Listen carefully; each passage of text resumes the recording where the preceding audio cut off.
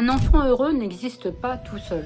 On me pose souvent la question de savoir comment rendre un enfant heureux et serein, en fait. Comment rendre un enfant heureux et serein. Et 100 sur 100, à chaque fois, quasi toujours, je réponds à côté. Parce que finalement, je crois profondément, mais vraiment profondément, qu'un enfant heureux, ça n'existe pas tout seul. Je m'appelle Oum, j'écris sous le nom de Eau de la Vie. J'exerce le métier d'infirmière libérale et j'ai longtemps exercé aussi le métier d'hypnothérapeute. Et j'écris aujourd'hui, j'ai le bonheur d'écrire des livres jeunesse sous le nom de plume de Eau de la Vie. Avec ma casquette d'hypnothérapeute ericksonienne, j'ai appris des tas de choses et grâce à ça, j'ai pu comprendre que j'étais moi-même une enfant hypersensible. Et c'est pour ça que je me suis focalisée un peu sur les enfants hypersensibles, parce que je n'ai pas lu dans les livres. J'ai compris que je suis encore cet enfant sensible qui pleurait pour un rien, pour quelque chose de minuscule, qui avait des coups d'émotion et incompréhensibles et presque incalculables par rapport au contexte qui semblait tout à fait normal. Et je suis aussi celle qui a longtemps cru que c'était un défaut, que j'avais un défaut de fabrique, qu'il y avait quelque chose qui clochait dans moi et que tout le monde me disait « Oh, mais regardez, elle pleure pour un rien, cette petite, elle est timide, un peu renfermée. » Et en fait, j'ai mis des années à comprendre que c'est une force. Même si on est mal accompagné, ça reste une force. Alors, imaginez si c'est bien accompagné. Et si les enfants qui sont très sensibles ou hypersensibles sont accompagnés tôt, en fait. Donc, mon but, c'est de transmettre dans ces livres jeunesse tout ce que moi, j'aurais bien voulu apprendre quand j'étais enfant pour peut-être gagner du temps et pouvoir être bien alignée dans mon corps et dans ce que je vis au quotidien. Je suis aussi issue d'une famille nombreuse. On était 9 gamins dans un contexte pas heureux parce qu'on était des enfants, mais un contexte assez particulier. Et ce que j'ai compris ensuite, c'est qu'il y a beaucoup de choses qui viennent un peu se greffer dans ce groupe qu'on appelle la famille. Que finalement, quand il y a un souci, le problème, c'est pas seulement chez l'enfant. Un enfant vit dans quelque chose, dans une maison, dans une histoire, dans une famille. Et cette famille elle-même, elle est prise dans une histoire, dans un suivi générationnel. Et je ne parle même pas des vies antérieures, on va rester juste dans les générations de cette vie. Et on se rend compte qu'on est dans une histoire beaucoup plus vieille que notre propre famille. Ensuite, je rêvais d'être ethnologue jeune et je me rends compte que je commence à faire les liens et qu'avant d'être des enfants modernes, on était aussi à la base des mammifères. Et on a toujours élevé nos petits à plusieurs en général chez les mammifères. Et aujourd'hui, on demande à une personne seule dans son salon à 3 heures du matin de porter tout ce qu'avant une tribu portait ensemble. Et peut-être que c'est pour ça que parfois il y a des déséquilibres qui se créent. Et justement, quand cette dame de 3 heures du matin, quand elle n'y arrive pas et qu'elle l'appelle, c'est normal de ne pas savoir s'y prendre. Et c'est certainement pas un manque de compétences, c'est peut-être un manque de tribu. Au fur et à mesure des années, au fur et à mesure de mes apprentissages, au fur et à mesure de mes séances, de mes rencontres avec les gens dans la vie, les gens au niveau de mes séances, j'ai pris conscience qu'il y a beaucoup de critères et de choses qui viennent s'imbriquer dans ce qu'on appelle une famille.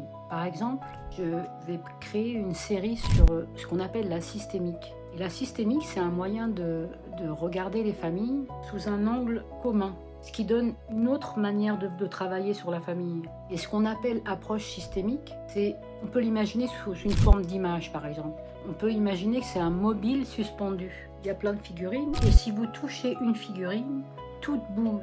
Alourdissez-en une, et c'est l'ensemble qui s'incline. En fait, c'est en ça que je voudrais vous expliquer que ce qu'on appelle l'approche systémique, c'est que le but de chaque membre, c'est d'essayer de garder l'équilibre. Et par exemple, si la situation devient difficile, c'est que peut-être quelque chose dans le groupe ne va pas. Il y en a un qui va peut-être, comme on dit, prendre la masse. Parce que le plus important dans ce groupe, c'est de maintenir l'équilibre de la maison, l'équilibre de la famille à ce moment précis. Et du coup, le symptôme n'est plus la maladie, c'est juste un message qu'il y a quelque chose qui est déséquilibré dans tout le groupe.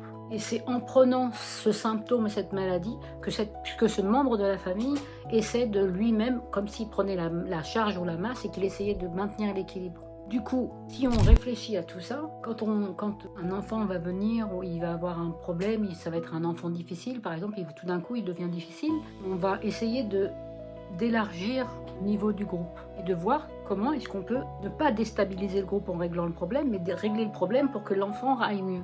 Deuxième chose sur laquelle j'aimerais bien me concentrer avec vous, c'est l'idée de fidélité familiale. On appelle fidélité familiale une genre de loyauté, une loyauté familiale. C'est comme un attachement invisible qu'on a reçu sans le vouloir et qu'on reproduit presque sans s'en rendre compte.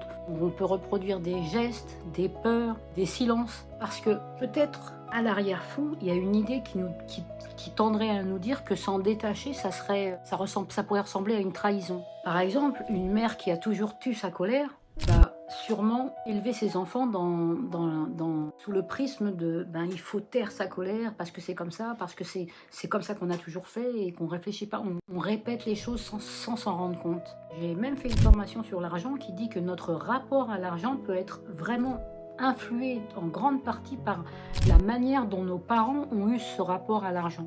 Et donc, vous comprendrez que parfois on fait des choses, ou parfois on se trouve à faire des choses, et c'est certainement pas de la mauvaise volonté. C'est peut-être de l'amour familial mal outillé. Et c'est vraiment un sujet qui me parle et sur lequel je suis en train de travailler, de créer un livre, parce que c'est presque important de se poser la question de savoir est-ce qu'on fait les choses parce qu'on a envie de les faire parce que ça vient de notre fort intérieur.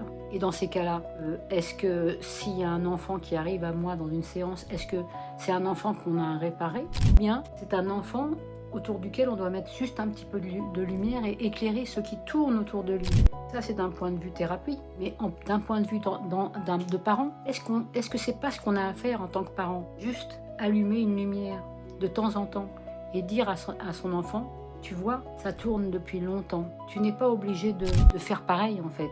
Peut-être même de le dire à notre propre enfant intérieur. On ne se rend pas compte à quel point on est lié, on est presque comme des petites marionnettes dirigées par quelque chose qui est bien plus fort que nous, bien plus haut que nous, bien plus grand que nous. Et en ça, je vais décliner une série sur les fidélités familiales pour justement s'approcher le plus près possible des actions que nous on met en place ou des choses qu'on dit ou des gestes qu'on a ou des habitudes qu'on a dans notre vie pour savoir si elles viennent vraiment de nous ou si c'est quelque chose qu'on nous a inculqué. Et à partir du moment où on peut y mettre une certaine lumière, une certaine partie de conscience, peut-être que du coup on va émettre le choix de pouvoir le faire ou pas. Et dans ces cas-là, si on choisit de le faire, ça sera en conscience.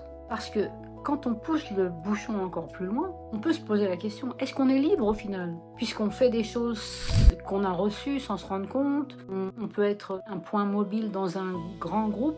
Alors, à quel point on peut préserver, sauvegarder notre liberté, avoir une impression d'être libre en gardant toute cette imbrication en tête? J'espère avoir été assez claire. Prenez soin de vous les amis.